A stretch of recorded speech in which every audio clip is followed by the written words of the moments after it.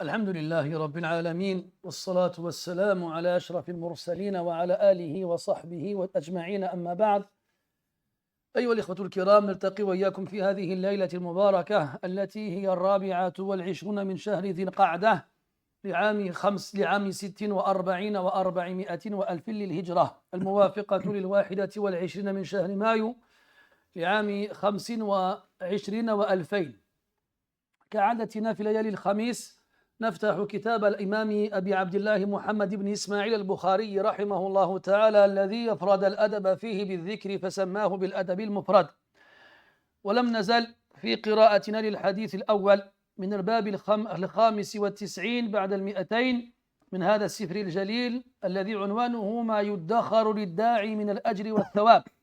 والحديث المقروء هو 10 بعد 700 منذ بداية الكتاب، ولم نصل إلى تمامه، فسنعيد قراءته من أوله، ثم نقوم باختصار يسير لما قد تحدثنا عنه سابقا، ثم نختم التعليق عليه قبل أن ننتقل إلى الذي بعده بإذن الله تبارك وتعالى، سائلين الله عز وجل يمن علينا بالإخلاص والصدق في القول والعمل، ويتقبل منا سائر الأعمال، ويجعل ما سنتعلمه حجة لنا لا علينا، إنه ولي ذلك والقادر عليه.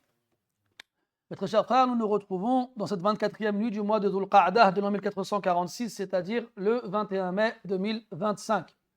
Comme chaque mercredi soir, notre rendez-vous est avec le livre de l'imam al-Bukhari, rahimahullah ta'ala, qu'il a consacré à la mention des bienséances.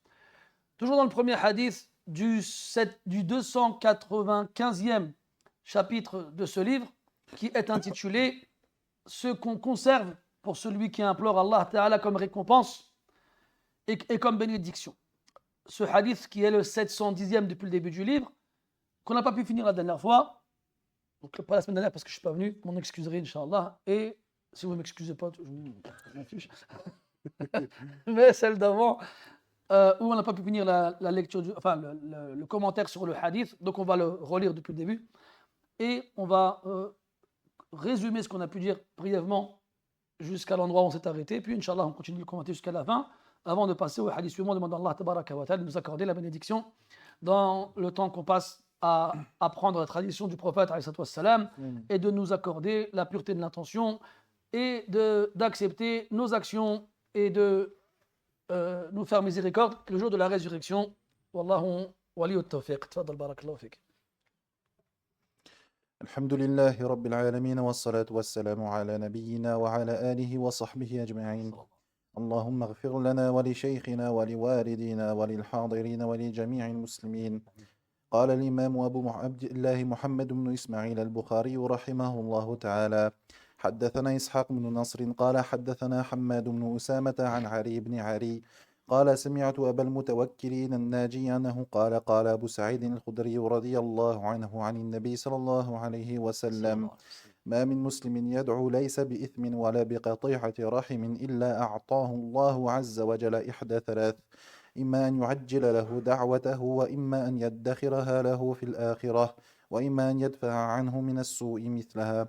قال: إذن نكثر. قال: الله أكثر. أحسنت، بارك الله فيك. قال النبي صلى الله عليه وسلم: ما من مسلم يدعو، وهذا الحكم خاص بالمسلمين كما هو بين جلي، يدعو ربه عز وجل ليس بإثم ولا بقاطعة رحم. قلنا أنه لا يسأل الله عز وجل أن يعينه على العمل بمعصية أو أن يباعد بينه وبين من تجب عليه مواصلة قرابته، فمن فعل ذلك فلا شك في عدم قبول دعوته. أما ما عدا هذين الأمرين فالله تبارك وتعالى تكفل بإجابة دعوته بإحدى طرق ثلاثة. قال عليه الصلاة والسلام: إلا أعطاه الله إحدى ثلاث: إما أن يعجل له دعوته أي في الدنيا، والمقصود بالتعجيل هو قبل الممات، فقد يطول الفصل بين الدعاء وبين الإجابة، لكن ما دام أن الله تبارك وتعالى استجاب له وهو حي يرزق فهذا داخل في التعجيل. أو قال: وإما أن يدخرها له في الآخرة، أي أن يبقى أو أن يستبقي له هذه الدعوة في وقت هو أحوج ما يكون إليه، وهذا الوقت يكون يوم القيامة. وأما استجابته أو كيفيتها فستكون بتعويض الاستجابة المنتظرة بمثلها من الأجر والثواب أو بما هو أكثر من ذلك، كما تحدثنا عنه في المرة السابقة، وكنا توقفنا عند هذا الحد. وإما أن يدفع عنه من السوء مثلها، وقوله عليه الصلاة والسلام مثلها فالضمير يعود إلى الدعوة، وهذا قيد مهم حتى تفهم المراد. فالله تبارك وتعالى يدفع عنك من السوء الذي كان قد قدر عليك في أول الأمر، فيقوم سبحانه وتعالى بمحو هذا السوء عنك وبدفعه عنك. لكن قال مثلها، فيكون قدر هذا السوء مساويا لقدر الدعوة التي وجهتها إلى ربك سبحانه وتعالى، فكلما عظمت دعوتك عظم السوء الذي قد دفع عنك. وكذلك يقال في العكس، فإن كانت دعوتك يسيرة أو صغيرة فكان السوء الذي دفع عنك بمثله. وإن قال قائل كيف يعلم الداعي ما مقدار أو ما قدر دعوته؟ يعني هل نقدر الدعوة بحسب المطلوب؟ فمن سأل الله تعالى مثلا بيضة أو دجاجة أو درهما أو دينارا، أو من سأل الله تعالى قنطارا من كذا وكذا، هل هذا الذي يفصل بين الأمرين؟ أو يقال لا عبرة بالمقدار وإنما ينظر إلى القيمة عند الله تبارك وتعالى، كأن يسأل الله عز وجل أن يدخله الجنة أو أن يقيه عذاب النار. فلو قلنا كذلك قد يعترض على مثل هذا أن هذا الطلب خاص بالآخرة، وأن الله تبارك وتعالى سيستجيبه عن ذلك كذلك. فالأمر ليس هذا، وإنما ينظر إلى علاقة قلب الداعي بالرب سبحانه وتعالى عند دعائه، فكلما قويت علاقته بالرب عز وجل أثناء الدعاء كانت الدعوة أعظم وأقوى، والعكس بالعكس. وهذا والله تبارك وتعالى أعلم هو المعيار الذي ينبغي الاعتماد عليه. فقال الصحابة رضي الله عنهم بعد سماعهم لحديث النبي عليه الصلاة والسلام إذا نكثر من الدعاء، فإذا كان الله تبارك وتعالى يستجيب لنا لا محالة إما بالتعجيل وإما بالادخار وإما بدفع السوء، فنكثر من الدعاء ولا نجزع ولا نيأس ولا نقنط ولا نترك الدعاء. هكذا فهموه وهكذا ينبغي أن نفهم. وقال فأجابهم عليه الصلاة والسلام الله أكثر، يعني إن كنتم قد أكثرتم الدعاء فاعلموا أن الله تبارك وتعالى أكثر إجابة وعطاء وأجرا، فلن يصل المرء إلى حد يكون أكثر مما يعطيه الله تبارك وتعالى أبدا. وقد جاء في الحديث أن أولنا وآخرنا وإنسنا وجننا لو قمنا على صعيد واحد فسأل كل واحد منا ربه عز وجل فأعطى كل واحد منهم مسألته ما نقص ذلك مما عند الله إلا كما ينقص المخيط إذا أدخل البحر، أو كما قال عليه الصلاة والسلام. وأخيرا قبل أن ننتقل إلى الحديث التالي، من الحسن أن نجمع أو أن نذكر أسباب إجابة الدعاء، فبعضها ذكرت في هذا الحديث، وهي عدم الدعاء بالإثم وقطيعة الرحم، ويكون قبل ذلك الشرط الأساسي والأصلي والرئيسي وهو الإخلاص، لقول الله تبارك وتعالى وما أمروا فادعوا الله مخلصين له الدين. وكذلك من الشروط أن يكون الداعي طيب المأكل والمشرب والملبس، أي ألا يأكل إلا من الحلال وألا يلبس إلا من الحلال إلى آخره. وكذلك ألا يستعجل الإجابة، فالله تبارك وتعالى يجيب ما لم يستبطئ الداعي الإجابة، إلى غير ذلك مما ذكره العلماء في مثل هذا الموطن، والله ولي التوفيق. Donc Abu Sa'id al-Khudri radiyallahu anhu rapporte que le prophète alayhi salatu wassalam a dit: il n'y a pas un musulman qui implore Allah tabaraka wa ta'ala. Donc ici il précise que ce jugement ne concerne que les musulmans. Pourquoi? Parce que ceux qui ne sont pas musulmans, leur dua, Allah n'y répond pas. Allah dit dans le Coran: wa ma du'a'ul kafirina illa fi dalal. Et les implorations des mécréants ne sont vouées qu'à la perdition.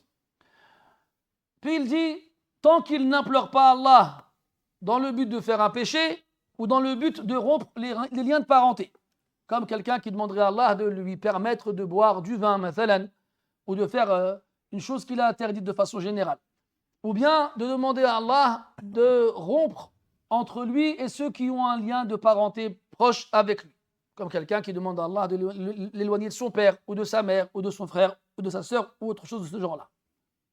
Donc tant qu'on ne demande pas à Allah ces choses-là, Allah il nous donne ce qu'on lui demande, mais d'une des trois façons suivantes. Soit il nous accélère la réponse ici-bas.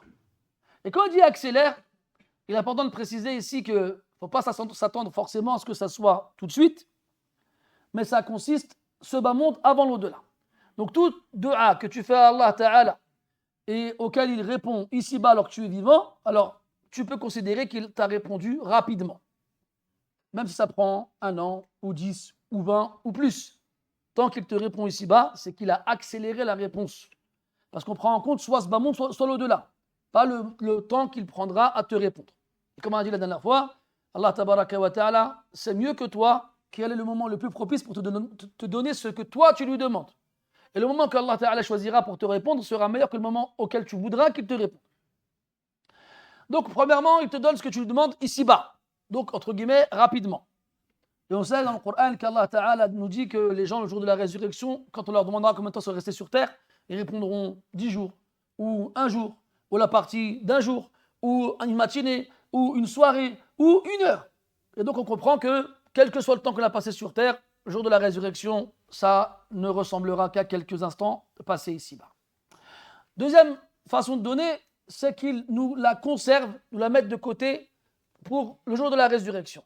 Pour le jour de la résurrection, à un moment où on en aura plus besoin que si on l'avait obtenu ici-bas. Maintenant, est-ce qu'Allah va nous donner ce qu'on lui demande dans l'au-delà comme on lui demande?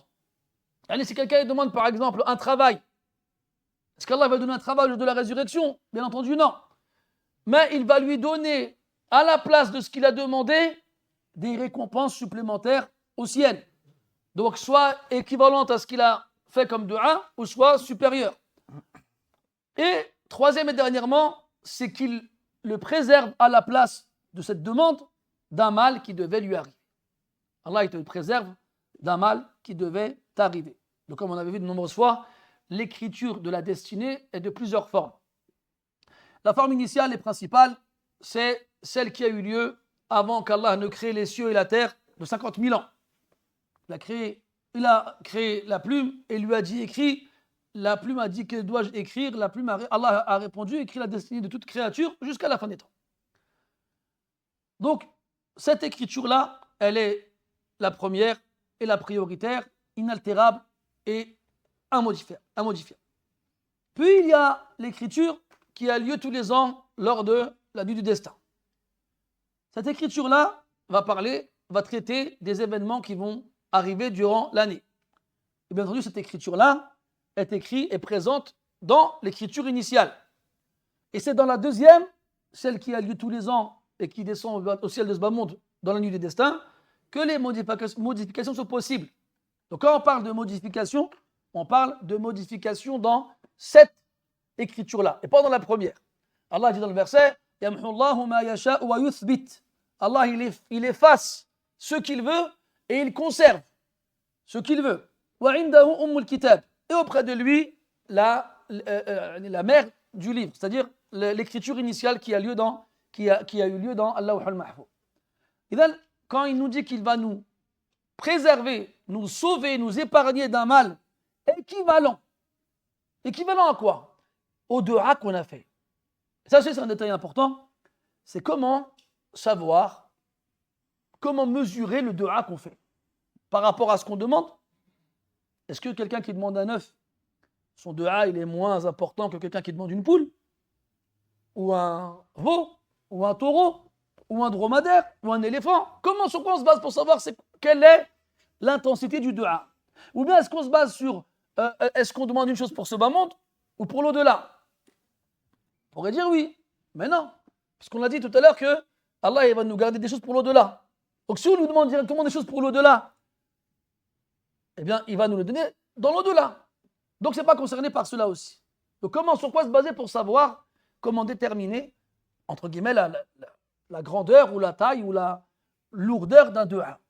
Il apparaît, wallahu ta'ala a'lam, que ça dépend du lien de celui qui fait le dua avec son Seigneur quand il fait le dua. Est-ce que quand il fait le dua, son cœur il est présent et il est en superposition avec sa langue, et quand il lève les yeux au ciel et qu'il implore Allah tabaraka wa ta'ala, il fait comme s'il l'avait devant lui, ce qui est l'ihsan, que tu adores Allah comme si tu le voyais. Donc celui-ci qui implore Allah de cette façon, son dua ne sera forcément pas comme celui d'un autre qui l'implore et son cœur il est absent. Et sa tête est là, son esprit est ailleurs.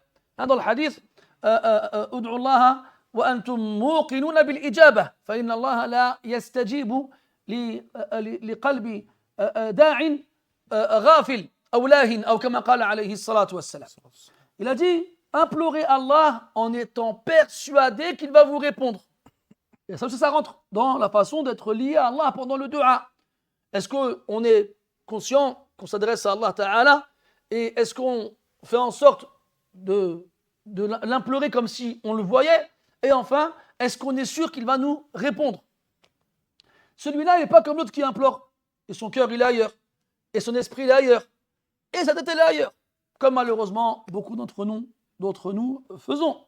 Même après la prière, mathalan. Vous avez remarqué, il y a beaucoup d'entre nous, ils ont leur rituel. C'est-à-dire que il fait la prière à la mosquée avec la jama'a, puis après il fait sa rak'atayn, puis après il lève ses mains, et il répète toujours le même dua. Toujours. Et généralement, quand il y a cette routine qui s'installe, le cœur, il détale. Et après, l'esprit se balade. Et on est comme ça, même si on lève nos mains, les yeux, ils se baladent un peu partout dans la pièce, ils regardent les gens qui passent, les gens qui arrivent, les gens qui s'assoient, les gens qui se lèvent. Des fois, par exemple, il va voir son téléphone, il a reçu un message, il va le retourner, et il va regarder sa montre, il va se gratter. Non. Là, plus tu bouges, plus tu es absent, moins ton dua, il prend de la place. Et moins ton dua, il prend de la place, et plus le mal dont Allah va t'épargner à la place de ce dua sera petit. Il faut prendre en compte ces choses-là. Donc si tu veux qu'Allah t'épargne d'un grand mal, fais des grands duas. Pas long, pas dans ce que tu vas demander, mais par rapport à comment tu es présent dans le dua quand tu fais le dua. Et par rapport à la certitude que tu as qu'Allah va te répondre. Et toi, dans tous les cas, tu ne sais pas ce qu'Allah va faire. Donc garde en tête une seule chose, c'est qu'Allah va te répondre. Et quelle que soit la façon qu'il choisira pour te répondre, il t'aura répondu, subhanahu wa ta'ala. Et nous, on ne sait pas, mes frères. On ne sait pas combien de choses devaient nous arriver tous les jours et desquelles Allah il nous épargne, il nous sauve. On ne sait pas. Et on est là, on fait des duas, puis on ne voit pas de résultats, parce que nous, on les veut maintenant. On n'attend pas. Et de l'autre côté, on ne voit pas le mal dont on est épargné, vu qu'on en est épargné. Alors à ce moment-là, qu'est-ce qui se passe? On dit ça ne sert à rien de faire dua, j'ai fait dua et j'ai rien vu. Mais justement, tu n'as rien vu. Parce que soit ça peut encore arriver, ou soit parce que ça ne va pas arriver, justement. Qu'il a préféré t'épargner d'un mal, plutôt que de te donner ce que tu lui as demandé toi. C'est pour ça, mes frères, il ne faut jamais s'impatienter quand on fait dua et ne jamais être déçu de ce qu'on a l'impression qu'il s'est passé. Après que le prophète leur ait donné cette information très importante, alayhi salatu wassalam, les sahaba radiyallahu anhum, ils ont compris. Qu'est-ce qu'ils ont compris? Idhan nukthir, dans ces cas-là, faisons le plus possible. Qu'on le fasse le plus possible. Ah, merci pour le subjonctif. Donc, si Allah il nous répond forcément, alors implorons-le le plus possible. Et là, le Rasul il leur répond, alayhi salatu wassalam, Allahu akthar. Eh bien, sachez que plus vous lui demanderez, plus Allah il vous répondra. En gros, vous n'allez jamais arriver à un stade où vous allez lui demander plus qu'il ne vous donnera. Jamais. Allah il donnera toujours plus que ce qu'on lui demande. Et pas seulement ce qu'on lui demande, mais aussi la récompense. Parce que le dua, c'est une adoration, comme on va le voir après. Donc Allah il te récompense à chaque fois que tu fais de dua. Donc Allah il te donne plus que ce que tu lui demandes. Et il te récompense pour ce que tu lui demandes. Et il te répond à ce que plus que tu lui demandes. Regarde comment Allah il a dit dans le verset وَآتَاكُم مِّن كُلِّ مَا سَأَلْتُمُوهُ. Et vous lui avez donné de tout ce qu'il vous a donné de tout ce que vous lui avez demandé. Et Tabari rahimahullah dans le tafsir du verset ramène des paroles de Salaf, ils disent il nous a donné de tout ce qu'on lui a demandé et plus encore. Comment ça plus? Combien de choses tu lui as pas demandé? Tu lui as pas demandé et tu en as besoin en plus. Et comme tu les as directement eus sans que tu ne lui aies demandé, tu ne vois pas ça comme un fadl, comme une grâce, comme comment dirais-je, un don qu'il t'a offert. Alors que s'il te l'enlève, tu te rendras compte à quel point cette chose-là, elle était nécessaire. Donc, non seulement, et toi, si tu regardes, si on devait comparer, calculer, le nombre de du'a que tu as fait depuis que tu as compris qu'il fallait faire du'a, et le nombre de choses que tu as demandé dans ces du'a, et on les calcule. Puis, on regarde à côté tout ce qu'Allah t'a donné sans que tu lui aies demandé. Et bien, tu te rendras compte que ce qu'il t'a donné est plus important en nombre que ce que tu lui as demandé. Et tu verras que ce que tu lui as demandé, il te l'a donné aussi. D'une des trois façons qu'on a évoquées. Soit ici-bas, soit dans l'au-delà, ou soit il t'a épargné d'un mal à la place. Donc, normalement, le résultat à avoir, du moins le comportement à avoir vis-à-vis d'Allah Azza wa Jal, ce serait une énorme reconnaissance et une énorme gratitude. Fahal antum shakirun. Et pour résumer, comme les savants le font dans leurs ouvrages qui traitent des du'a, ils nous parlent des conditions pour qu'Allah y réponde à nos du'a.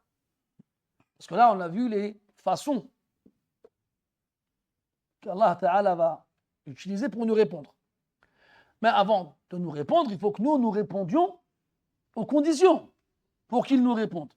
Et bien entendu, la première condition, c'est l'ikhlas. Si le dua, c'est une ibadah, elle n'échappe pas aux règles de l'ibad. Et pour que Allah Ta'ala nous donne ce qu'on lui demande, il faut ne le faire que pour lui. Comme Allah dit dans le verset, فَادْعُوا اللَّهَ مُخْلِصِينَ لَهُ الدِّينَ. Implorez Allah en lui vouant un culte exclusif, sans viser ou vouloir autre chose que lui, subhanahu wa ta'ala. Puis aussi, comme dans ce hadith-là, ne pas demander à Allah de faire un péché et ne pas demander à Allah de rompre un lien de parenté. Puis aussi, d'avoir une subsistance licite. Et quand je parle de subsistance, je parle de vêtements et de nourriture. Comme dans le hadith, ثم ذكر الرجل يطيل السفر أشعث أغبر يمد يديه إلى السماء يا ربي يا ربي وملبسه حرام ومأكله حرام وغذي بالحرام إلى آخره. Dans le hadith où le prophète nous parle d'une personne qui fait un long voyage, qui est bourriffé, plein de poussière, et qui lève ses mains vers le ciel en implorant son Seigneur par ses noms les plus beaux, alors que ce qu'il a mangé est illicite et ses vêtements ont été obtenus de façon illicite, etc., etc. Donc si tu veux que Allah y réponde à tes du'a, alors fais en sorte que ce que tu manges, ce qui rentre dans ton corps, vienne du licite. Et que ce qui recouvre ton corps vienne du licite. Atib mat'amak takun mustajab ad-du'a. Ou comme qala alayhi salatu wassalam. Purifie ta nourriture, tu feras partie de ceux à qui Allah Ta'ala il répond. Et parmi les conditions qu'on a déjà vues nous précédemment aussi, et qu'on l'a répété aujourd'hui, le fait de ne pas s'impatienter, de ne pas abandonner le dua parce qu'on ne voit pas la réponse. Car Allah, il répond à d'entre nous tant qu'on ne se précipite pas. Si on se précipite, c'est-à-dire on attend la réponse et on ne va pas arriver, alors on se lasse et on arrête d'implorer, alors Allah tabaraka wa ta'ala arrêtera quand nous nous serons arrêtés. أحسن الله إليكم. قال المصنف رحمه الله: حدثنا ابن شيبة قال أخبرني ابن أبي الفديك قال حدثني عبد الله بن موهب عن عمه عبيد الله عن أبي هريرة رضي الله عنه عن النبي صلى الله عليه وسلم أنه قال: ما من مؤمن ينصب وجهه إلى الله يسأله مسألة إلا أعطاه إياها، إما عجلها له في الدنيا وإما دخرها له في الآخرة ما لم يعجل. قالوا: يا رسول الله وما عجلته؟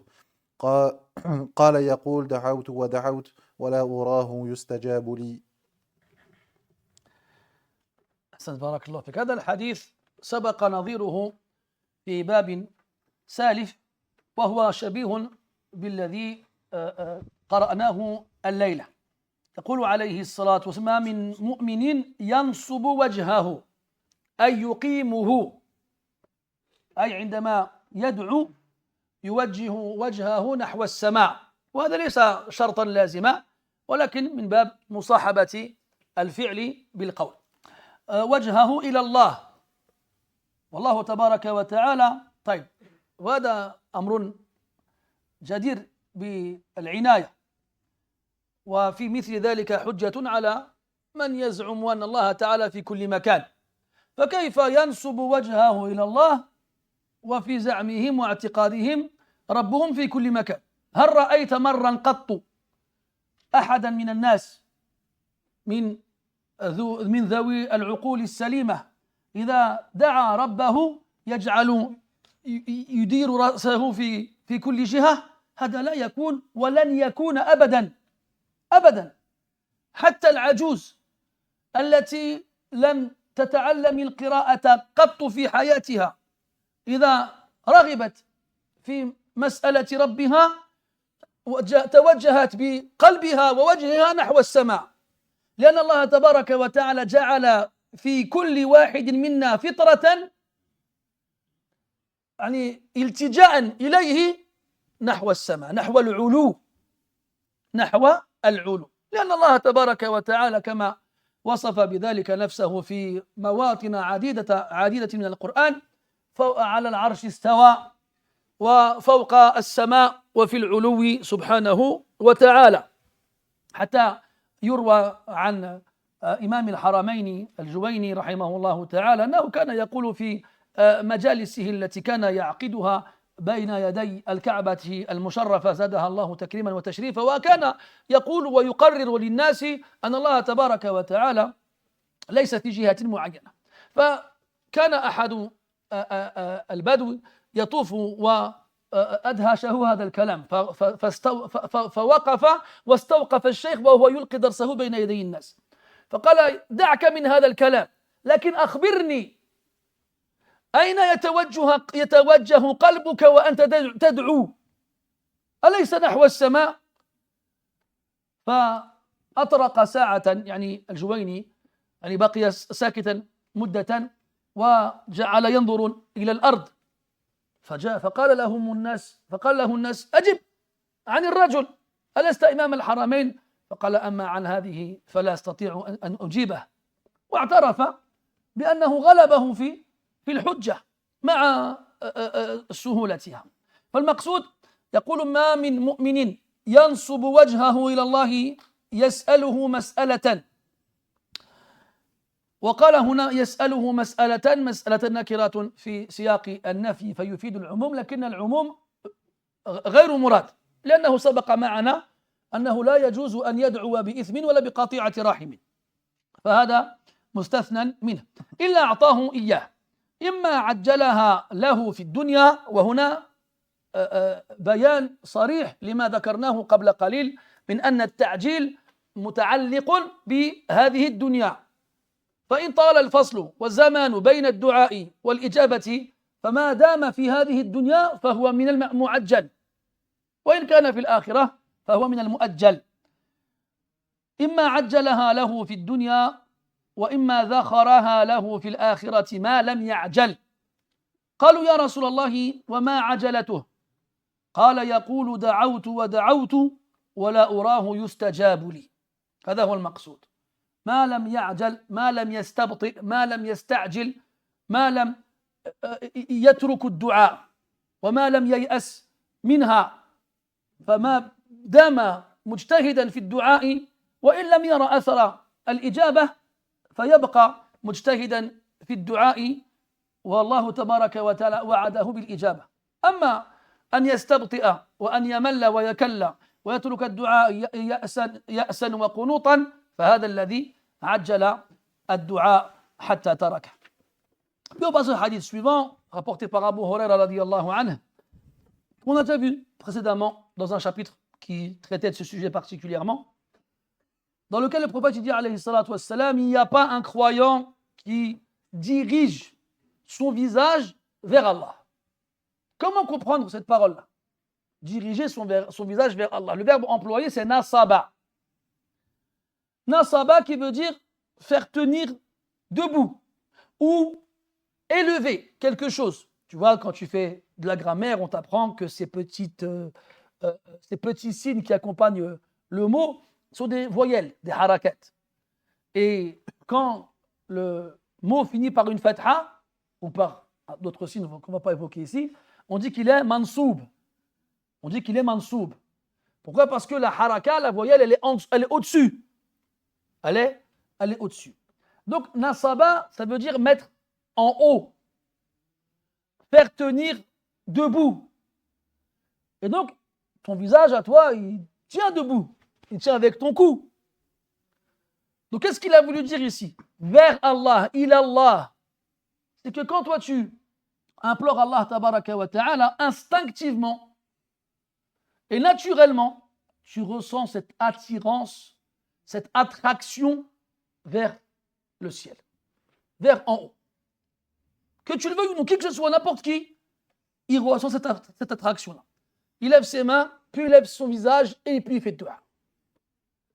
C'est ça qui est visé ici. Il y a en cela une énième preuve du fait qu'Allah tabaraka wa ta'ala soit au-dessus de sa création. Comme il a lui-même dit le concernant dans le Coran, et comme le prophète l'a dit aussi, alayhi salatu wassalam, qu'il est au-dessus de son trône, et que son trône est le plafond de la création, et que le trône est au-dessus des cieux. Et qu'Allah tabaraka wa ta'ala est dans l'élévation et au-dessus des cieux, etc. Et là, il y a en cela une preuve, une énième preuve, que je dis énième parce qu'il y en a tellement qu'on se demande comment il est possible de ne pas croire en cela. Et pourtant, le diable a réussi à tromper de nombreux musulmans à ce sujet-là. Car on a ceux qui nous disent qu'il est partout, qu'Allah il est partout. Donc chez ceux qui disent qu'Allah il est partout, comment ils comprennent ce hadith? Est-ce que tu as déjà vu quelqu'un dans l'univers, depuis que les croyants existent, quand il fait dua, il fait comme ça? Il tourne sa tête dans tous les sens. Personne ne fait ça. Même la vieille femme qui a vécu dans les montagnes toute sa vie, qui n'a jamais appris à lire, on lui dit faites dua, elle fait dua, elle se sent attirée vers l'élévation. D'ailleurs, il a été rapporté qu'un imam, un grand imam qui s'appelle Abu al-Ma'ali al-Juwayni, qui était un adepte du madhab de l'imam Shafi'i, qui était connu comme étant un grand imam dans le fiqh. On l'appelait imam al-Haramayn. À ne pas confondre avec Abid al-Haramayn, qui est... Non. أشكل أحسنت الفضيل بن عياض أحسنت الفضيل بن عياض c'est عابد الحرمين et imam al-Haramayn c'est Abu al-Ma'ali al-Juwayni al-Shafi'i. Et lui, malgré le fait que c'était une référence et une sommité dans le fiqh selon l'école de l'imam al-Shafi'i rahimahullah ta'ala, il ne voyait pas qu'Allah était, il ne considérait pas qu'Allah était au-dessus de son trône, mais plutôt qu'il, comme certains le disent, il n'est ni en haut, ni en bas, ni à droite, ni à gauche, ni dedans, ni dehors. On ne peut pas le cerner dans un endroit, comme ça qu'ils disent. Et donc il était à Mecca, devant la Kaaba. Et alors qu'il disait cela, qu'il était en train de répéter ce genre de règles, il y a quelqu'un, un bédouin, quelqu'un qui ne sait pas lire, qui ne connaît pas la science, qui est en train de faire tawaf, autour de la Kaaba. Et il entend ça, il s'arrête. Et il interrompt le shir en plein dars. Il dit attends. Il fait, arrête toutes ces philosophies-là. Dis-moi, quand tu fais dua, en toi-même, ne ressens-tu pas une attraction, une attirance instinctive et naturelle vers le ciel, vers en haut? Est-ce que tu as déjà vu quelqu'un qui fait dua, il met ses mains vers le bas, sur la droite et la gauche, ou en diagonale? Non, personne ne fait ça. Comment t'expliques ça? Et là, Al-Jouaini, il baisse la tête comme ça, puis il reste silencieux un moment, et les gens attendent qu'il lui réponde.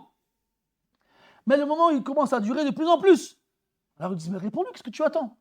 Je dis, j'ai pas de réponse à lui. Là-dessus, il m'a battu. Pourtant, l'argument du bédouin, il est assez simple. Il n'est pas technique avec des versets, des hadiths, des paroles de salaf, des règles en rapport avec le dogme qui sont assez complexes. Non. Il a répondu simplement avec ce qu'on appelle la fitra. Fitrat Allah, allati fatara an-nasa alayha.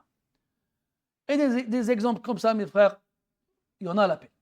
Donc il y en a qui te disent, il est nulle part. Il y en a qui te disent, il est partout. Et là, ils te disent, il est dans la création.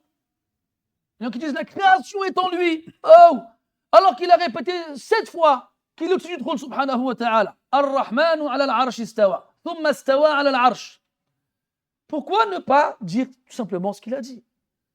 Et arrêter avec les inepties et les hérésies qui font mal au crâne et qui sèment la zizanie. Mais c'est ça que le diable, il veut. Le diable, qu'est-ce qu'il veut, le diable? Il veut t'égarer dans la chose la plus importante, c'est comment croire en Allah, subhanahu wa ta'ala. Al-Muhim, c'est comme quand on dit qu'Allah il descend au ciel de ce bas monde au dernier tiers de la nuit.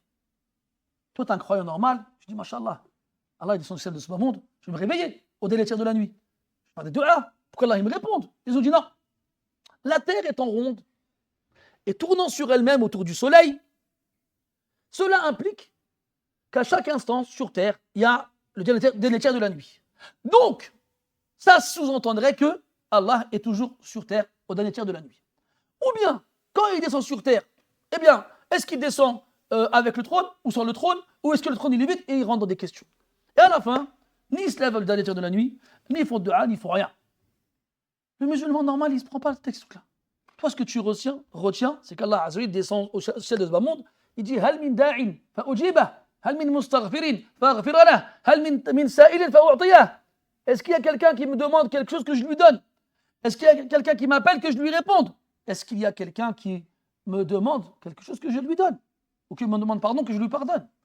C'est ça que tu dois retenir, toi. Eux, ils sont partis dans les complications. Et puis, la plus grosse erreur qui a été faite dans ces questionnements, c'est qu'ils ont comparé Allah à leurs créatures, à ses créatures.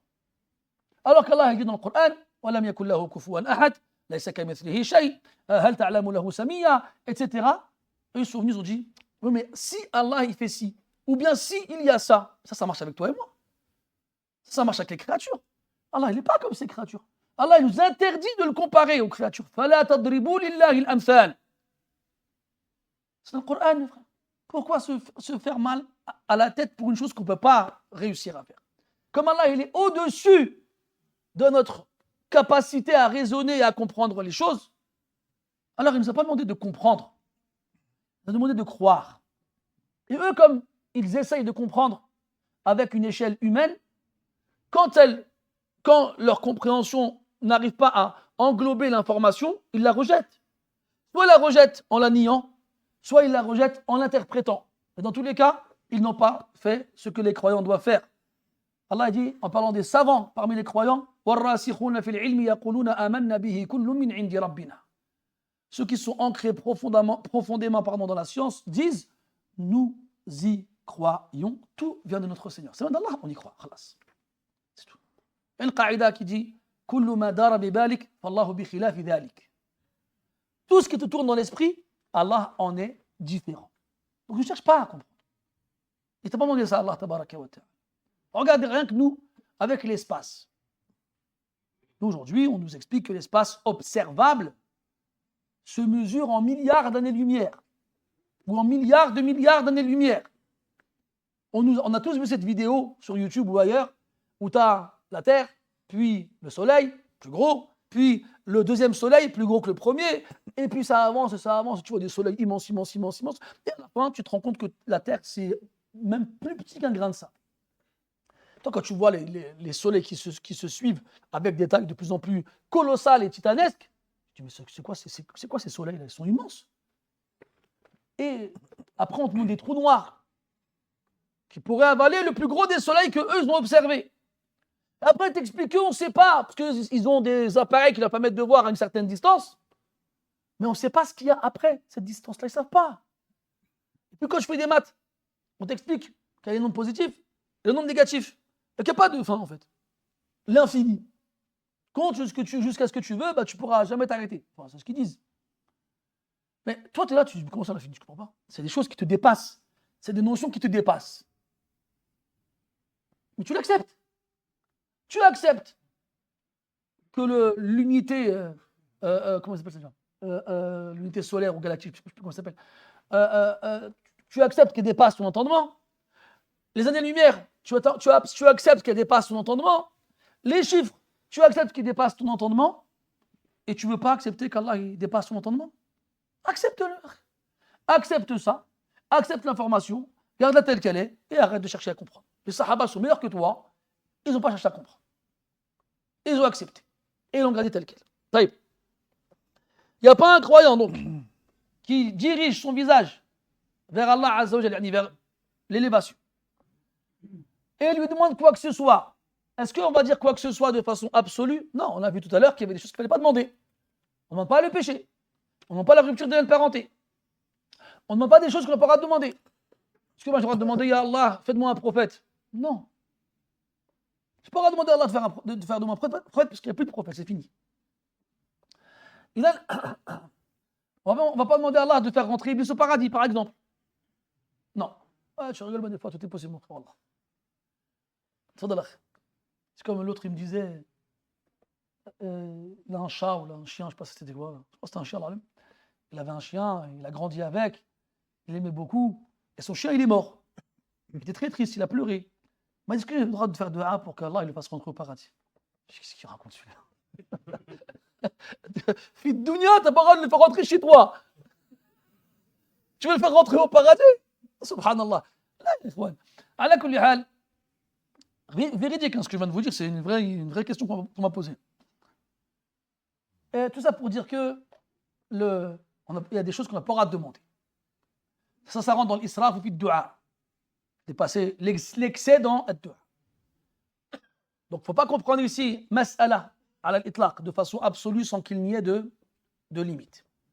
Sans qu'Allah ne lui donne toute chose que tu demandes à Allah en dirigeant ton visage vers Allah, vers l'élévation. Et là, tu comprends aussi qu'il faut que ton cœur il soit en concordance avec ton visage. Ce n'est pas seulement physique. Ce serait trop facile qu'on fasse tous comme ça et puis qu'Allah... Non, il faut que le cœur, le corps et la langue soient sur la même longueur d'onde. C'est ça qui est demandé. Sans qu'Allah ne lui donne. Soit il lui accélère ici-bas. Le verbe ajjala, ça veut dire se précipiter, s'empresser. Et il a dit fit dunya, il s'est pas dans ce bas monde. Donc ça revient à ce que je disais tout à l'heure, que Allah Ta'ala il va te répondre ici-bas, donc il te répond vite. C'est ça. Et il te répondra, s'il te répondra de là, il fera que la réponse vienne plus tard. Donc soit il te répond rapidement ici-bas, soit il la conserve et met de côté pour toi dans l'au-delà, quand tu en auras le plus besoin. Dis ma lam ya'jal. Ça c'est la condition qu'on a évoquée tout à l'heure, tant que le da'i ne s'empresse pas et ne se précipite pas. Et là, les Sahaba radiyallahu anhum, ils ont demandé précision. De quoi s'agit-il? Qu'est-ce que tu veux dire par l'empressement, la précipitation? C'est-à-dire, il leur a répondu que l'un d'entre nous demande à Allah quelque chose, puis se lasse, en disant j'ai demandé, et je vois qu'on ne m'a pas répondu. Alors qu'en fait, Allah, il te répond. C'est juste toi qui ne le vois pas. Soit ce sera plus tard, ici-bas, soit ce sera plus tard, dans l'au-delà, ou soit il te préserve d'un mal à la place. Donc Allah est très bon, subhanahu wa ta'ala. Donc ne te trompe pas en disant j'ai demandé, il ne m'a pas répondu. Donc soit il ne t'a pas répondu parce que c'est toi qui as mis un obstacle entre toi et lui. Comme il disait Yahya ibn Mu'adh, rahimahullah ta'ala, Kayfa تستبطئ الإجابة وقد سددت طريقها بالمعصية. أو كما قال رحمه الله. Il dit comment tu peux t'impatienter qu'Allah ne te réponde alors que c'est toi qui as obstrué son chemin par le biais des péchés. C'est toi qui as mis dans la voie par laquelle la réponse devait atteindre des péchés qui l'ont empêché d'arriver. C'est ta faute. Donc je fais des péchés et tu demandes à Allah. Et quand il ne te répond pas, tu t'impatientes. Tu te lasses. Subhanallah. Donc soit c'est ta faute, et comme il disait Ibn Mas'ud radiyallahu anhu, man admana qara' al-bab yushiku an yuftaha. Celui qui ne cesse de frapper à la porte, tôt ou tard on lui ouvrira. Donc continue de frapper. Et même hatta dans les du'as de certains salihoun qu'on retrouve dans certains ouvrages, il disait, si je ne me trompe pas, c'était Ali ibn Hussein qui disait ça, rahmatullah alayh, il disait نامت العيون وغارت النجوم وأنت حي قيوم إلهي أغلقت الملوك أبوابها وقامت عليها خزانها وبابك مفتوح للسائلين. Il disait, Ya Allah, j'ai dua devant la Kaaba pendant la nuit, les yeux se sont fermés et les étoiles ne cessent de scintiller. Et toi, tu es le vivant par excellence qui existe par lui-même et par lequel tout existe. Après, il a dit, Ya Allah, les rois ont fermé leur palais. Les rois sont partis dormir. Les rois de Dunya. Et en allant dormir, ils ferment les portes de leur palais.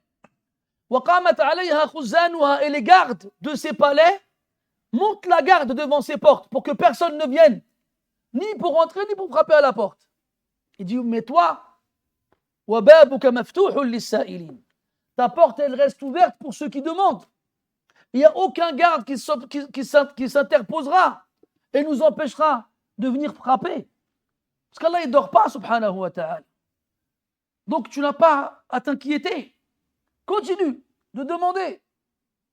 Et arrête de te faire avoir par le diable qui te fait désespérer en te faisant oublier ou ignorer qu'Allah, il te répond, quelle que soit la demande que tu vas lui adresser, sauf que c'est lui qui choisit de quelle façon il te répondra. Et garde en tête que la façon qu'il choisira sera toujours meilleure que celle que tu voulais toi. C'est sûr et certain. Regarde un truc très simple. Quand tu nais et que tu grandis dans un pays où il n'y a pas de problème de sécurité, ou plutôt d'insécurité, quand tu vis dans une famille qui a tout ce qu'il faut en termes de matériel, des vêtements, à manger, etc. Et à ce moment-là, tu grandis dans ces circonstances-là, ces conditions-là. Est-ce que là, tu remets en cause le choix d'Allah Azza wa Jal? Est-ce que à ce moment-là, tu te dis, ah, moi j'aurais préféré vivre dans un pays où il y a la guerre. Ah, moi j'aurais préféré vivre dans une famille pauvre. Ah, j'aurais préféré vivre malade. Personne ne se dit ça.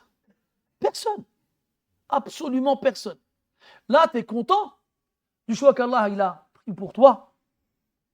Quand tu te regardes dans le miroir, tu dis, bien en vrai. Tu te regardes dans le miroir, tu dis, ça va, il y a pire. Ça, c'est quand tu es mutawadi'. Quand tu es modeste. Et quand tu y crois, tu dis, franchement, il n'y a pas mieux. Al-Muhim, tu te regardes dans le miroir et tu y crois. T'aimes ce que tu vois. T'aimes ce que tu vois. On est d'accord qu'au bled, on a des cousins, les dents, c'est des échiquiers. Ou bien des pianos. On est d'accord qu'au bled, je me rappelle, je n'oublierai jamais, moi, quand je dois avoir 13-14 ans, j'arrive au bled, je vois mon cousin Mskin, il lui manque la dent du milieu, plus celle que tu ne peux pas rater. Elle est partie où la dent? Elle m'a dit, t'as vu, on s'amusait avec mes copains, on se jetait des pierres. Je sais pas, avec là, c'est bon, tu peux t'arrêter. On s'amusait, on se jetait des pierres. Et normalement, toi, avec tes copains en France, tu joues à quoi? Tu joues avec tes copains, tu joues à quoi? Tu joues au ballon. Tu joues pas avec des pierres. Et alors, je finis l'histoire. Je jouais aux pierres avec mes amis. Et à un moment, j'ai rigolé et pac, darbat li fsnen mouchette. À un moment, je vois la bouche comme ça, pac, la pierre, elle m'a tapé dans la bouche. Et ma dent, elle me chatte معاها. Toi, t'es là, tu dis, toi, t'es étonné quand tu vois ça. On est d'accord que nous, au collège, personne ne venait avec une dent qui manquait. Et si ça existait, il y a le dentiste. Il y avait toujours la technique de la fausse dent, ni vu ni connu, ça passe. Donc toi, pourquoi tu as toujours accepté les choix qu'Allah il a fait pour toi quand ça t'arrange? Mais tu ne les acceptes pas quand ça ne t'arrange pas. Donc à ce moment-là, tu veux quoi en fait? Tu veux qu'Allah il s'adapte à toi? Tu veux qu'Allah Ta'ala il prend en compte tes caprices, tes désirs? Alors que toi, tu es un ignorant qui ne sait pas la réalité des choses? Ou plutôt tu préfères que lui, subhanahu wa ta'ala, qui s'est toujours occupé de toi, qui a toujours choisi pour toi le mieux, il choisisse comment te répondre. Maintenant, ou plus tard, ou dans l'au-delà, en te préservant d'un mal qui aurait dû t'arriver. Combien? Ça t'est jamais arrivé, tu es en voiture, et alors que tu es sur la route, tu assistes à un accident juste en face de toi, tu freines, alhamdoulilah, tu n'as pas de lien avec cet accident-là. Toi, quand tu te dis, oh, subhanallah, ça se trouve, c'est parce que tu devais, toi, faire partie de cet accident-là. Et Allah, il le savait. Et t'a épargné et préservé de ce mal-là pour un dua que tu as fait. C'est pas, mes frères. Tu vois, quand tu appuies sur le bouton de l'ascenseur et tu vois que l'ascenseur, il met du temps à venir. Il y a un petit, il s'est amusé à appuyer sur tous les boutons. Toi, tu es en train de le maudire devant l'ascenseur. Parce que tu es en train de te dire, il va me faire arriver en retard, celui-là, là. Et puis, tu es dans la route, et bam, tu vois un carambolage qui prend forme devant toi. Et toi, alhamdoulilah, tu es à quelques mètres. Tu es à quelques mètres de ce carambolage-là. Si tu calcules bien, peut-être que si tu avais eu l'ascenseur directement, tu serais dans le carambolage toi aussi. Tu sais pas, Akhil Aziz. Mais Allah, il sait. Wallahu ya'lamu wa antum la ta'lamun. Que personne ne sorte de cette mosquée aujourd'hui sans avoir appris ces quelques mots. Wallahu ya'lamu wa antum la ta'lamun. Encore une fois. Wallahu ya'lamu wa antum la ta'lamun. Ça, il faut toujours se le répéter quand il y a quelque chose qu'on voulait et qu'on n'arrive pas à avoir, quand on souhaite une chose fortement de toutes nos forces et qu'elle n'arrive pas, ou bien quand il se passe un mal devant nous et qu'on y assiste et qu'on en est préservé, il faut tout de suite répéter Wallahu ya'lamu wa antum la ta'lamun. Et si Allah il a répété dans le Coran, si je ne me trompe pas 4 fois, c'est pas pour rien. C'est pas pour rien, mes frères. Donc c'est bien de, machallah, tu finis ta prière, tu lèves tes mains, tu pars. Mais ça, c'est nul, ça. C'est pas comme ça qu'on implore Allah subhanahu wa ta'ala. Regarde juste comment le prophète, alayhi salatu wassalam, il va implorer Allah le jour de la résurrection pour qu'il commence le jugement. Il va se prosterner devant Allah azza wa jalla. Et il va faire ses éloges sans s'arrêter. Jusqu'à ce qu'Allah lui dise, c'est bon, tu peux te lever. C'est bon, tu peux demander. Et on te donnera ce que tu demandes. C'est bon, tu peux aussi intercéder, on acceptera ton intercession. On a vu un hadith dans le cours du dimanche avec Abdullah ibn Mas'ud radiyallahu anhu. Quand il rentre dans la mosquée, sallallahu alayhi wa sallam, il voit Abdullah ibn Mas'ud en train de faire la prière. Et Abdullah ibn Mas'ud radiyallahu anhu faisait partie des sahaba qui lisaient mieux le Coran. J'ai entendu lire le Coran. Il dit Man arada an yaqra al-Qur'an ghaddan falyaqra bi qira'ati ibn Ummi Abd. Que celui qui veut lire le Coran franchement, comme s'il venait juste d'être révélé, qu'il le lise comme Ibn Mas'ud le lit. Et après avoir fini la prière, Ibn Mas'ud, il fait dua. Et le Rasul, il dit quoi? Sel tu'tah. Demande, Allah il va te donner. Et Abu Bakr et Omar, ils sont à côté de lui, ils entendent dire ça à Ibn Mas'ud. Ibn Mas'ud n'entend pas le prophète lui dire ça. Et Ibn Mas'ud, parmi les duas qu'il a dit, Allahumma inni as'aluka imanan la yartad, wa na'iman la yanfad, wa qurrata aynin la yanqati'. ومرافقة نبيك في أعلى جنان الخلد. Après qu'il ait fini la prière, Omar s'est dit quoi? Je vais aller annoncer la bonne nouvelle à Ibn Mas'ud de ce que j'ai entendu le prophète dire à son égard. Et là, il Abu Bakr qu'il avait devancé et qui était déjà arrivé auprès d'Ibn Mas'ud pour lui annoncer la bonne nouvelle. Al-Muhim, sel tu'tah. Demande, on te donnera. Demande, on te donnera. Al-Muhim, mes frères, c'est une aqida, c'est une croyance. C'est une relation avec Allah subhanahu wa ta'ala, de savoir qu'en l'implorant, tu ne fais que l'adorer. Et normalement, le simple fait de savoir qu'en l'implorant, on l'adore et en l'adorant, il nous récompense, ça devrait nous éloigner de toute mauvaise pensée de se lasser ou d'arrêter ou de désespérer. Mais comme nous, on est, comment on dit, vénal. C'est ça, hein? On est vénal. C'est pas, il a de la chance, ça n'a rien à voir avec, il a de la veine. Hein, non, on est cupide, on est matérialiste, on le veut, quelque chose qu'on peut toucher, palpable, physique, et on le veut maintenant, comme des enfants qui s'impatientent. Papa, une friandise. Je veux des nouvelles chaussures, ou je veux un ordinateur, ou je veux une console, ou je veux un survêt, ou je veux. Papa, il dit, mais c'est le hal. Pas maintenant. Tu n'as pas dit non. Tu as dit plus tard. Plus tard. C'est comme par exemple, c'est des grandes vacances.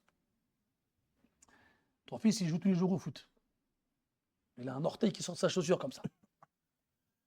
Il vient te voir et te dit, il faut d'autres chaussures. Tu vous le dis, c'est bientôt la rentrée. Toi, tu es un destructeur de chaussures. C'est pas le chouïa ma'ana. Je vais t'acheter le paire maintenant, je vais l'acheter avant la rentrée. Attends, c'est pas le moment, c'est pas grave. C'est pour jouer au foot. Laisse l'orteil respirer, c'est pas grave. L'enfant, il comprend pas, mais non, il a khiri. Donc l'enfant, il comprend pas. C'est un enfant. Ça va de pair que l'enfant ne comprenne pas.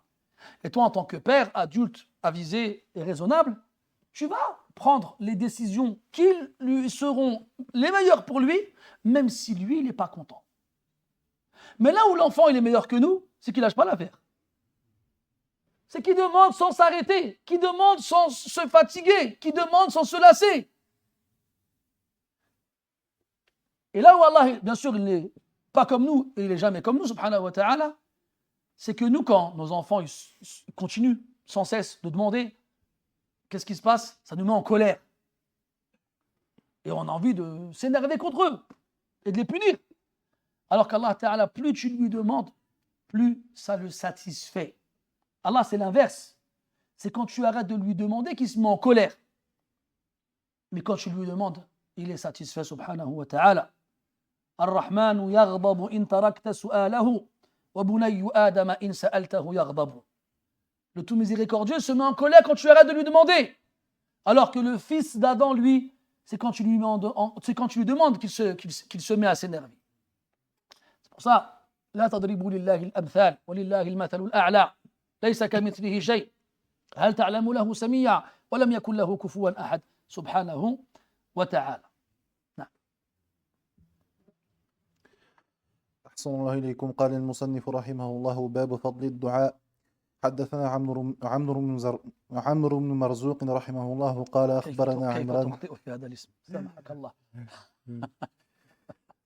أخبرنا عمران عن قتادة عن سعيد بن أبي الحسن عن أبي هريرة رضي الله عنه عن النبي صلى الله عليه وسلم أنه قال: ليس شيء أكرم على الله من الدعاء. نعم. حدثنا خليفة قال حدثنا أبو داود قال حدثنا عمران عن قتادة عن سعيد بن أبي الحسن عن أبي هريرة رضي الله عنه عن النبي صلى الله عليه وسلم أنه قال: أشرف العبادة الدعاء. حسبك بارك الله فيك. ننتقل إلى الباب 92 بعد 200. السادس والتسعين بعد 200. وعنوانه فضل الدعاء، أي ما فيه من الفضائل والأجور العظيمة، وكذلك فضله من بين سائر العبادات، لأنه كما أسلفنا الدعاء عبادة، وسنمر على روايات تدل على ذلك دلالة واضحة. أما الحديث الأول فشيخ المصنف فيه عمرو بن مرزوق، وسبق أن قلنا أن هذا الشيخ يتميز عن غيره بشيء قل من فعل مثله، وقد ورد في ترجمته أنه تزوج أكثر من 1000 مرة، فاعتبروا يا أولي الأبصار. قال عمرو بن مرزوق: ولذلك لقبناه نحن بصاحب ال1000، فهمه من فهمه وجاهله من جاهله. قال: أخبرنا عمران وهو ابن القطان، وهو متكلم فيه رحمه الله تعالى، عن قتادة وهو معروف، عن سعيد بن أبي الحسن. سعيد بن أبي الحسن هو أخو الحسن البصري رحمه الله تعالى، كوفي ثقة وكان من القراء رحمه الله تعالى. عن أبي هريرة رضي الله عنه عن النبي صلى الله عليه وسلم أنه قال: ليس شيء أكرم على الله من الدعاء. ليس هنا يفيد النفي، واختلفوا في دلالة النفي هنا، هل النفي يعني للإطلاق أو على الإطلاق أو هو مقيد؟ فمنهم من قال يحمل على الإطلاق، أي ليس شيء قط من بين جميع الأشياء أكرم على الله من الدعاء. ومنهم من قال بل هو مقيد، وتقييده العبادات اللفظية. فالعبادات تنقسم إلى أقسام، فمنها ما هي لفظية قط أو محضة، ومنها ما هي جسدية ومحضة، ومنها ما هي مالية محضة، ومنها ما تجتمع فيها هذه الأشياء كلها. فقالوا أن الحديث المراد منه في العبادات القولية، والعلم عند الله. وقوله أكرم أي أعلى قيمة، يعني ليس من بين سائر العبادات القولية على قول، أو من بين جميع العبادات على قول، شيء أعلى قدرا وأرفع درجة من الدعاء. ولذلك إذا فهمه المسلم، إذا فهم ذلك المسلم اجتهد غاية الاجتهاد في أن يدعو ربه عز وجل، لأن الله تبارك وتعالى إذا كان قد أعطى للدعاء هذه المنزلة فحري به أن يتقبل من عبده وأن يتقبلها من عبده وأن يستجيبها له. وفي الرواية الثانية فهي قريبة منها قال عليه الصلاة والسلام: أشرف العبادة الدعاء. لماذا كان الدعاء أشرف العبادات؟ لأن الداعي يعترف بفقره وعجزه وحاجته إلى ربه عز وجل، فكلما كان المرء أكثر إظهارا لذلك لربه عز وجل كان أقرب إليه، وكلما كان أقرب إليه كان أحسن موطنا. قال الله تبارك وتعالى: يا أيها الناس أنتم الفقراء إلى الله والله هو الغني الحميد. فهذا هو المقصود من العباد، أن يعرف المرء مدى حاجته وفقره وعوزه إلى ربه عز وجل. فإذا فهم ذلك وبلغ هذه المنزلة كان أشرف العباد، لأنه تعبد لله بأشرف العبادات. Puis donc on passe au chapitre suivant, le 296e, qui est intitulé Fadl ad-Du'a, c'est-à-dire le mérite du dua ou la supériorité du dua. Le mérite, qu'est-ce que ça vaut auprès d'Allah Azza wa Jal, et la supériorité par rapport aux autres adorations. Et là on a deux hadiths. Le premier est rapporté par l'imam al-Bukhari, d'après Amr ibn Marzouk, qui est un de ses chouyours, qu'on le voit, on l'a déjà vu plusieurs fois, et lui on l'avait surnommé le guerrier millénaire, pour ceux qui ont la référence. Vous l'avez ou vous l'avez pas? Mohim. Lui, dans sa biographie, on ne nous dit pas grand-chose sur Amr ibn Marzouk. On sait que c'est un professeur de Bukhari. Mais il y a un élément étonnant. Je me demande qu'est-ce qu'il fait là, cet élément-là dans la biographie. On nous dit qu'il s'est marié plus de 1000 fois. D'où le millénaire, le guerrier millénaire. Et donc nous, on l'avait surnommé Sahib al-Alf. Et j'ai repris Cheikh Ilyas quand il a un petit peu bégayé sur le prénom. J'ai dit: comment tu peux oser bégayer sur un tel nom? Ah oui, c'est comme, je sais pas moi, quelqu'un qui fait 1000 km en jogging. Il est balèze, lui. Bref, Amr ibn Marzouk, qui rapporte le hadith de Imran ibn al-Qattan, dans lequel les savants ont parlé, ils ont divergé sur son degré en tant que rapporteur. Puis Imran ibn al-Qattan, il rapporte le hadith de Qatada As-Sadusi, rahimahullah ta'ala, al-Ma'rouf, cet imam aveugle du tafsir notamment. Et Qatada, il rapporte le hadith d'Abu Huraira, comment il s'appelle, de Saïd ibn Abi al-Hassan, qui est le frère de Hassan al-Basri, rahimahullah ta'ala, qu'on connaît tous, Hassan al-Basri. Eh bien, son frère, qui s'appelle Saïd, était lui aussi un grand lecteur du Coran dans la région de Koufa et était fiable dans sa narration du hadith. On a beaucoup de ulama chez les salafs qui étaient frères de sang et qui rapportaient le hadith, comme Amr ibn Dinar et Malik ibn Dinar, Muhammad ibn Sirin, et Anas ibn Sirin, et Hafsa bint Sirin, toutes les familles. Des fois, vous lirez dans certaines chaînes de narration, حدث فلان عن أبيه عن جده, عمرو ibn Shu'aib عن أبيه عن جده. Il rapporte de son père qui rapporte de son grand-père. Et d'autres, حدثني أبي, حدثني أخي, حدثتني أختي, حدثتني أمي, etc., etc. Comme quoi tu vois que la science, elle se transmet dans la famille. C'était un fadl al-manqaba, c'était comment dirais-je, un privilège. Des fois, on a des rapporteurs, c'est tous des fils des uns des autres. C'est tous les fils les uns des autres. Al-Muhim, donc il rapporte d'après Abu Huraira radiyallahu anhu que le prophète dit sallallahu alayhi wa sallam, il n'y a rien de plus honorable auprès d'Allah que le dua. Et quand on dit honorable, c'est une traduction relative et rapprochée. Déjà, quand on dit il n'y a rien, est-ce qu'il faut le prendre à la lettre? Comme quoi le dua, est-ce qu'il est le plus honorable auprès d'Allah de façon absolue, entre toutes les adorations? Ou bien ce qui est visé ici, c'est seulement l'adoration à laquelle le dua appartient?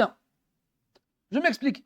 Les adorations sont divisées en plusieurs catégories. Il y a des adorations qui ne sont que verbales, comme le dhikr. Il y a des adorations qui ne sont que corporelles, comme le siyam, le jeûne. Il y a des adorations qui ne sont que pécuniaires, comme la zakat. Et il y a des adorations qui réunissent tout ça, comme le hajj. Et le dua appartient à la première catégorie, celle qui n'est que verbale. Donc est-ce qu'on va dire que quand il dit il n'y a rien de plus honorable auprès d'Allah que les dua, est-ce que de façon générale entre toutes les formes d'adoration, ou bien seulement celle à laquelle le dua appartient, c'est-à-dire les adorations d'ordre verbal? Ces deux avis existent chez les savants, Allah Ta'ala essaie. Dans tous les cas, quand il dit ashraf, plus noble, plus honorable, qu'est-ce que ça veut dire? C'est ce qui a le plus de valeur. C'est ça l'ashraf. C'est ce qui a le plus de valeur et qui est le plus élevé auprès d'Allah subhanahu wa ta'ala. C'est ça l'ashraf. Donc il n'y a rien qui a plus de valeur auprès d'Allah azza wa jal et qui a un degré plus élevé et supérieur que le dua auprès d'Allah subhanahu wa ta'ala. Et ça, si c'est la place qu'Allah donne au dua, alors imagine-toi comment il va se comporter avec celui qui fait dua. Il va accepter de lui le dua et surtout va lui donner ce qu'il lui demande, ce qu'il lui demande. Et dans la deuxième version qu'on a lue, on a le hadith qui dit à peu près la même chose, ashraful ibadati ad-dua. C'est-à-dire que l'adoration la plus noble et honorable, c'est ad-dua. Pourquoi? Quand tu fais dua, tu demandes à Allah. Et quand tu demandes à Allah, ça implique deux choses. Que tu reconnais ton besoin et tu reconnais que seul lui peut le satisfaire. Tu reconnais ne pas avoir et tu reconnais que lui, il a. Tu reconnais être en dessous et tu reconnais qu'il est au-dessus.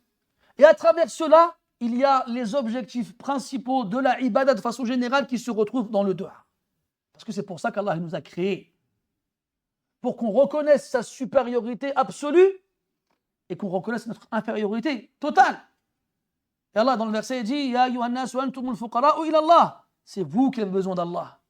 Et plus tu es conscient que tu as besoin d'Allah, et plus tu manifestes ce besoin à travers le dua, et plus le dua prend de la place et de l'importance auprès d'Allah subhanahu wa ta'ala jusqu'à lui faire atteindre ce degré qui ne pourra pas être dépassé par autre chose. C'est pour ça que le dua a cette place extraordinaire et élevée à travers les adorations qu'Allah nous a légiférées. وللحديث بقية نؤجله إلى الدرس المقبل إن قدر الله البقاء واللقاء. نسأل الله تبارك وتعالى أن يجعلنا من عباده الصالحين المخلصين وأن يستجيب دعواتنا وألا يجعلنا ممن يستبطئ الإجابة. ونسأله عز وجل أن يوفقنا لكل خير وأن يعيننا على أمورنا كلها وأن يخص إخواننا المستضعفين في فلسطين وفي غيرها من البقاع بالإعانة والتسديد والنصر إنه ولي ذلك والقادر عليه. سبحانك اللهم وبحمدك نشهد أن لا إله إلا أنت نستغفرك ونتوب إليك، وصلى الله على نبينا محمد وعلى آله وصحبه وسلم، والحمد لله رب العالمين، وبارك الله فيكم.